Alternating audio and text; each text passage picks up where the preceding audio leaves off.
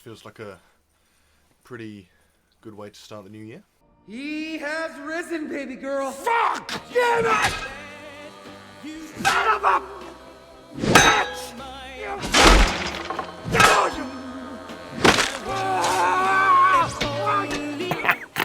That was weird. The major marketing campaign for this movie built the most hype I've seen for a superhero movie, really, since No Way Home. But still, there was plenty of skepticism. The fact that Hugh Jackman was coming back after the perfect ending that was Logan, that was gonna be a big potential issue, especially with the MCU's recent track record.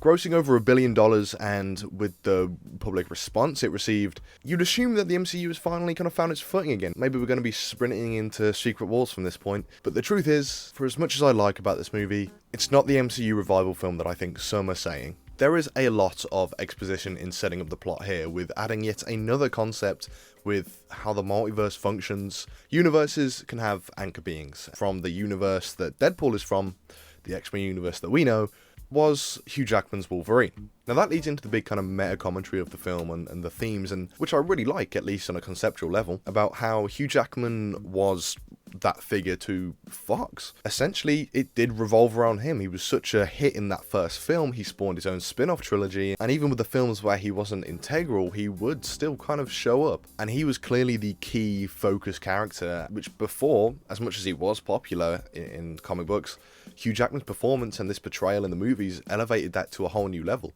But so much to the point that I know how kind of contentious it became, how focused they were, as opposed to X-Men having so many characters, but we just keep coming back to the same one.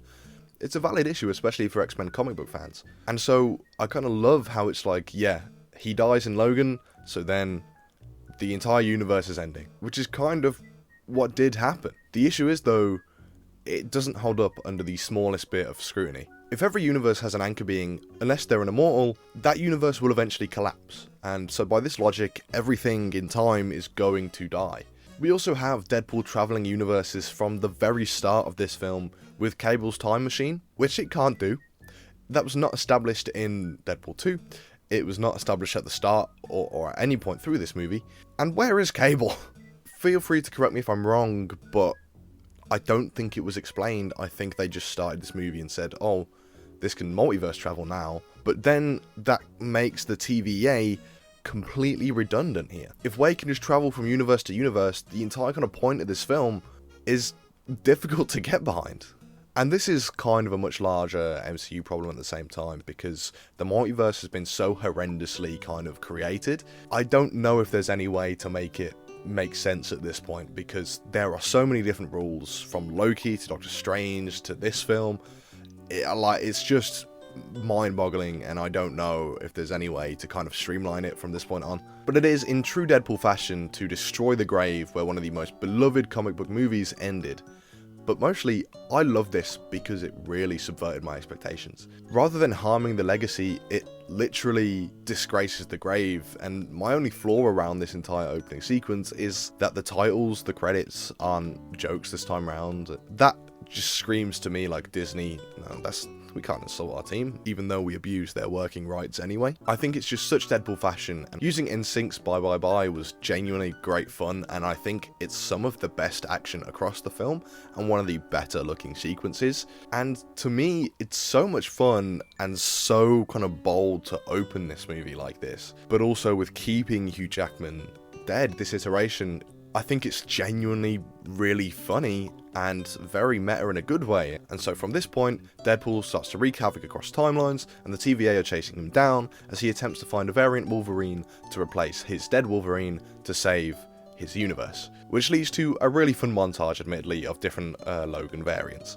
Now, this is definitely the worst Deadpool movie for me, in many ways. Stylistically, effects, story, and character, it all kind of falls lesser than the first two. The fourth wall breaking as well feels lazy this time around. I really liked how it was used in the first two, from the point where Wade gets his abilities. It uses the fourth wall for obviously jokes, meta jokes, but also does service his character of hiding behind the jokes, hiding almost behind that fourth wall, breaking out of the fourth wall, because it's painful to be in his real life, and as much as it doesn't really delve into that loads, I really like how it's used. This time around, it feels, as for many funny jokes as there are, it feels like it's trying to be used as an excuse more, similar to how kind of Scream make commentary on different slashers and horrors, but it's also become what it was making fun of, and I think this film does that. There are multiple times where it's like, we're in the home stretch now, guys, or that was a shit ton of exposition, but you still did that exposition. You still paced the film how this is. Just because you're making fun of it doesn't make you exempt from doing it in this film. I think just so much is lacking in this film, unfortunately, and I like Shawn Levy. He seems truly passionate about his craft, and is clearly a great director when it comes to working with actors. He gets some great performances, except for Taika Waititi in Free Guy, the most genuinely insufferable character I think I've maybe ever seen. But I like a lot of his ideas from a directing standpoint as well, but somewhere the action and the visuals and just all-round direction feels so standard and at times boring. Throughout this montage, we even see a Henry Cavill variant who, Oh my fuck! The Cavalrine.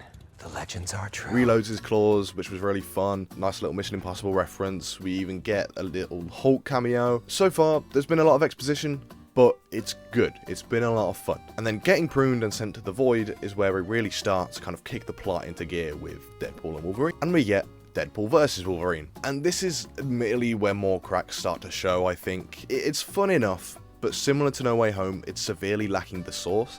I think there are some great moments in this fight, and I do, on the whole, like it. I think the action is pretty good throughout the film, even if lacking at times, in particular kind of the last third. Because I mean, we look at the direction of any of the X-Men films, any of the other Deadpool sequences, or Wolverine sequences in most of the other films, and this just doesn't quite have that. It does not have the same weight. It is in a totally barren wasteland that is not really interesting. You feel the fact that they filmed on location for a lot of this film, and that is definitely to its benefit, but at the same time, for whatever reason, it's not made to look visually interesting kind of after the fact. Like, I know they're literally in the void, so I know it's not meant to look appealing, but it should at least look interesting. Like, we've got the big Fox logo, there should be more of that. I think just would have made this environment more interesting. What is interesting though is the reveal of Chris Evans' Human Torch, a genuinely effective switch up and a truly fun inclusion. I don't think he overstays his welcome. Chris Evans gets to ham it up in a completely different way to Captain America. Gargling juggernauts, juggernauts. Wow. It's a more comedic performance that absolutely rules. We also get the return of just kind of random X-Men characters splattered throughout, with some of the same actors, some that are different, and I think it's a lot of fun. But this leads us to the main villain of the film being Cassandra Nova. Fuck, she's boring.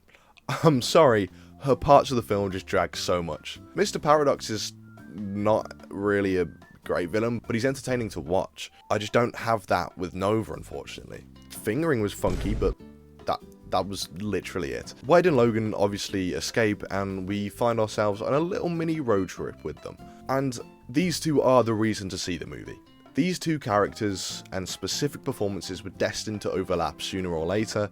They have such great chemistry, and their fun on set is just absolutely infectious. When Logan realizes that Wade lied about knowing they can save his universe, his monologue of absolutely just destroying Wade on a personal level, Hugh Jackman is acting his ass off, man. It's so powerful. And you also do really feel Wade's pain, and there's a great moment where you almost see Logan feel bad for saying what he said. He just unleashes that berserker rage verbally on Wade. It's one of God's best jokes that you can't die, except it's on all of us! Wade is being yelled at. He is the one thing that he's scared of being. As powerful as Jackman's performance is to make this effective, the impact is considerably lessened, because maybe my biggest flaw with this film is that Wade goes on the exact same journey as he does in Deadpool 2. Losing Vanessa in one way or another, trying to flee from those feelings, eventually finding others around him. We went on this whole journey in the last movie. He was scared of being alone, and losing Vanessa was kind of the instigator of that fear, and by the end of the film he finds his F word. But not even all the same characters that were at the end of Deadpool 2 are here in this one. And Logan kind of goes on a similar journey, learning to accept himself, his own mistakes after losing everyone he loves, but how that doesn't have to define it. But my main problem with Logan's arc is that I never really cared about his world. We're told repeatedly that he's the worst Wolverine and that he did this horrific thing. But, and as bad as it was, but he was just kind of absent from the team when they needed him, and yeah, that led to a lot of death, but at the same time, I really thought it was building to he specifically had actively done something, and so kind of it just doesn't add up for me. It doesn't hit the same. And in this story about multiverses and different variants and everything, to be told that this is the worst Wolverine has got to be major, and it just doesn't have that feel. What I do like though is how Logan kind of, throughout the film, doesn't feel able to let people know that he cares, because he thinks that'll then make it real, despite the fact deep down he does. And that was the downfall of him letting the X-Men down in his universe. But throughout the film, he does come to terms with who he wanted to be, and that he's allowed to be that. As Laura says, he never is the hero until he is. And their fight scene in the car is a lot of fun. I think the use of music's pretty good. I think they are consistently well used throughout the entire trilogy. And so, here we get kind of the big moments for me in the film that blew my mind. Jennifer Garner's Elektra, Daphne Keene's Laura, Channing Tatum's Gambit, and Wesley Snipes' Blade. I was not expecting to see you here. Thought you were, retired. Retarded. What an absurd lineup, but lo and behold, I think the film makes it work. So, I mentioned earlier how Logan dying in the X-Men universe is being used as this big meta-commentary on Hugh Jackman and that character's importance to the entire franchise. So along with him comes earlier Fox Marvel rejects, almost, pruned by the TVA because they're seen as irrelevant and almost just fodder and unimportant, not being allowed to get their ending, essentially presenting them as having their stories cut short and thrown out without consideration. Similar to how, as soon as Logan died, the fate of the Fox franchise was kind of set. And I really like this. First and foremost, it's just incredibly fun. Seeing all four of these characters together, especially Snipes and Tatum, I think have the best to work with. And boom. Some motherfuckers still trying to ice skate uphill. This version of Blade seemed an impossibility, and the same with Gambit. After how long that film was in production limbo, and after the behind-the-scenes drama, potentially, of Wesley Snipes and Ryan Reynolds. But it's incredible. They work so well. The four of them are included in a really fun way, and their collective feeling of wanting to belong and feeling like that was taken away from them, and just wanting to be able to have an ending of some kind as opposed to just being forgotten, that matches with Wade and contrasts with this version of Logan. What follows is maybe my favourite action scene in the film, getting to see all these characters use their powers on screen all together, some old, some new. It's just a fanboy dream. Each character gets their moment to shine. I think Blade and Gambit get the best to work with. I actually think Laura's kind of left behind a little bit. She has a few moments, but I would have loved to see more of her. I'd be keen for her to be the primary Wolverine in the MCU going forward. But the entire sequence just feels like comic book action sequences literally just plastered on the screen, and I adore it. I think it's brilliant. It feels high octane, it feels violent, it feels just great. However, this is where another massive flaw of the film comes into play, in how, after this, the film seemingly just forgets about them. Motherfucker, are you out of your damn mind? Except for Laura, who does come back, but there's not enough time dedicated to this Logan and her to really make it feel anything. It's making a whole point to celebrate all these different sides of this past era, and how it's important, no matter if they were well received or slammed or bombed, they're all important in their own way, and people, however few, however many, did connect with these characters in different forms of media across the years. Just because certain adaptations maybe weren't as well received, and just because Fox has now been swallowed by Disney and whatnot, it doesn't lessen the impact or importance of the past, but the film itself kind of forgets them. They all should have been in the final battle. It's baffling that they're not. And this is kind of where the film really does fall apart for me in this final act. It's trying to tell this meta story and look at the history of Fox's Marvel and give it the love that it never really got, because the MCU really got a chokehold of the genre, and understandably so. But kind of as a result, Fox kind of fell into the background with their X-Men franchise, and they never really got Fantastic Four off the ground or Daredevil. Say that again? And they were much bolder in their ideas as opposed to the MCU's more consistent level, and so I think Fox had worse lows but higher highs easily, and I take that over the consistent level of the MCU most times. And so we're kind of getting this look at real Marvel legacy and history and trying to give the praise that it doesn't get. But it ends up giving the message of, actually, we can't do this without Hugh. Truly feels like it leaves all these characters behind, which makes me question, what was the point in the first place? It was fun in the moment, but it felt like they were set up to be much more than cameos, but all they were cameos. And so in turn, it goes against its own themes and commentary. And it's infuriating because I think that would have done wonders for the quality of the film if they were just given better treatment in the final act. Now this might be a hot take because I've seen a lot of people show love for this next action scene. The one take following down the street, Wade and Logan bloodily ripping through the Deadpool core. Conceptually, yes, this fucking rules. Whack that on a storyboard, pitch that to me, and I'd hand over the money from my pockets straight away. But sadly, there is absolutely no source to it. I've mentioned this before in other videos, but it just feels weightless and so bland and so uninteresting and overall artificial. And of course, we've also got Cassandra Nova doing her thing, and I'm not really sure, and I don't care, like destroying the plot. I don't know. But that whole sequence is also just topped off with the awful bobbing head of a Mortal Kombat character, Wolverine. We find ourselves eventually with Logan prepared to sacrifice himself, but Wade swaps them out.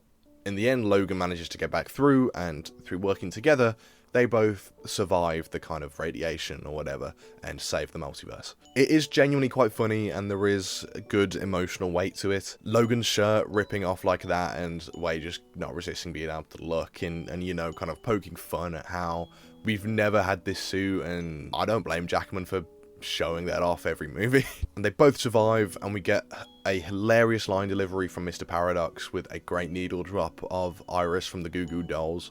And then pretty much everyone lives happily ever after. I find this final act incredibly underwhelming, with some great moments, some funny moments, some great ideas for a climactic action scene. It just didn't leave an impact as a conclusion, and maybe in the end as the entire film.